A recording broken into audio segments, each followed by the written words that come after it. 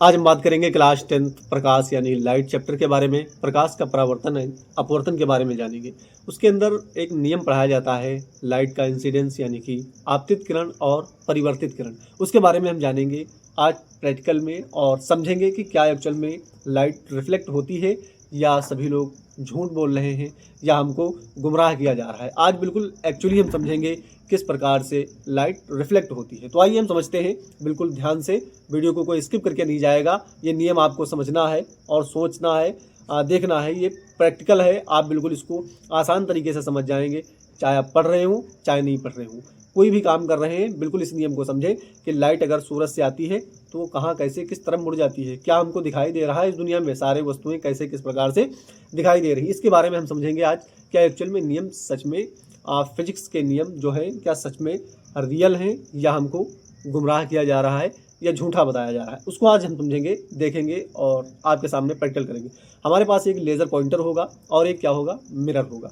Mirror कैसा होगा, simple mirror होगा। और लेज़र पॉइंटर के बारे में हम बात करते हैं, एक टॉर्च यानी कि लेज़र पॉइंटर होगा हमारे पास। ये जो हमने लगा रखा है ये इसलिए लगा रखा है कि आपको लेज़र की लाइट जो है वो क्लियर दिखे, लेज़र की लाइट क्लियर दिखे। हमारे पास एक सिंपल मिरर जो आपके सामने रखा हुआ है और हम यहाँ से एक पॉइंटर से लाइट डालते हैं और देखते हैं रेज किस प्रकार से रिफ्लेक्ट होती हैं, किस किस साइड में जाती हैं, क्या क्या इसके एक्चुअल में कारण होते हैं, फैक्टर है। देखें 1 2 3, आप सभी लोग तैयार हैं?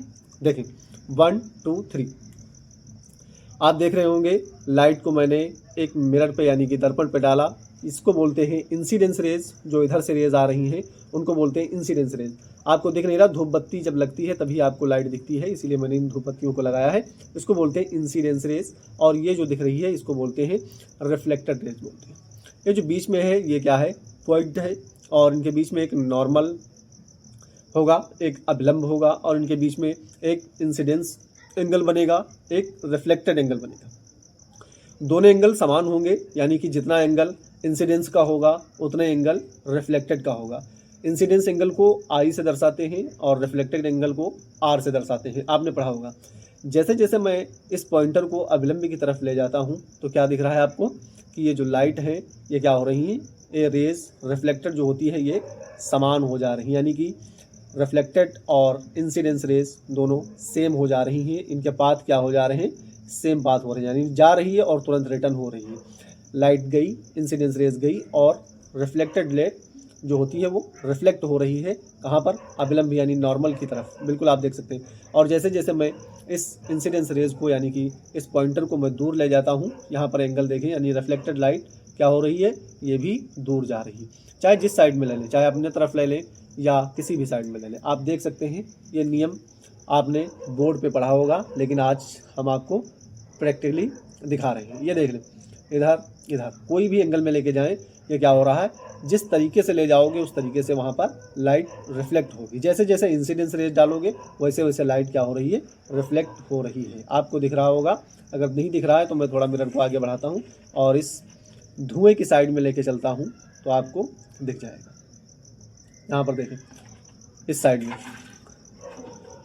एक बार फिर से समझते हैं इसमें क्या क्या बोला जाता है। इसको बोलते हैं इंसिडेंस रेज, इसको इंसिडेंस रेज बोलते हैं, और इसको क्या बोलते हैं, रिफ्लेक्टेड रेज बोलते हैं। ये बीच में क्या है, पोल है, और इसमें बीचों बीच में एक अभिलंब होगा, एक इंसिडेंस एंगल बनेगा और रिफ्लेक्टेड एंगल बनेगा। दोनों समान एंगल होंगे, और जैसे जैसे हम रिफ्लेक्टेड और इंसिडेंट रेज को नॉर्मल की साइड में लाते हैं तो एंगल कैसा हो जाता है, जीरो हो जाता है। क्लास 10th में आपसे ये क्वेश्चन पूछा जाएगा कि रिफ्लेक्टेड और इंसिडेंट रेज जब अभिलंब पर होती है तो कैसा एंगल बनता है, तो आपको जीरो एंगल लगाना है। बिल्कुल ध्यान से, आपका ये क्वेश्चन हमने पक्का करा दिया class 10th board exam. Class 12th में भी क्वेश्चन बहुत इससे ज़्यादा पूछे जाते हैं।